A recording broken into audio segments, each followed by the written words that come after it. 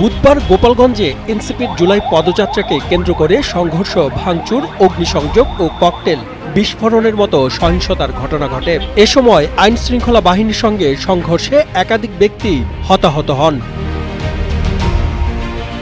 সংঘর্ষের ঘটনাকে এবার ভিন্ন খাতে নিতে শেখ হাসিনার পুত্র সজীব ওয়াজেদ জয় নিজের ফেসবুক প্রোফাইলে একটি ভিডিও শেয়ার করেছেন।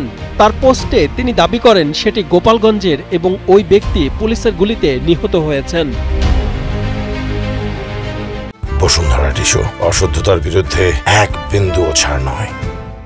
তবে রিউমার স্ক্যানারের অনুসন্ধানে দেখা গেছে ভিডিওটি গোপালগঞ্জের নয়, বরং এটি পুরনো একটি ঘটনা। 2024 সালের 4 জুন ফেসবুকে ভিডিওটি প্রথম ভাইরাল হয়। অনুসন্ধানে জানা যায় ব্রাহ্মণবাড়িয়ার ভাদুঘর বাস স্ট্যান্ডে গরুর বাজারে এক ছিনতাইকারীকে গণপিটুনি দিয়ে পুলিশের কাছে হস্তান্তরের দৃশ্য এটি। ভিডিওটি শনাক্ত করে দেখা গেছে সোশ্যাল মিডিয়ায় একটি ফেসবুক পেজে মোহাম্মদ সাজন নামে একটি ব্যক্তিগত প্রোফাইল থেকে উক্ত ভিডিওটি শেয়ার করা হয়েছিল। সাদমান সাকিব, কালের কণ্ঠ।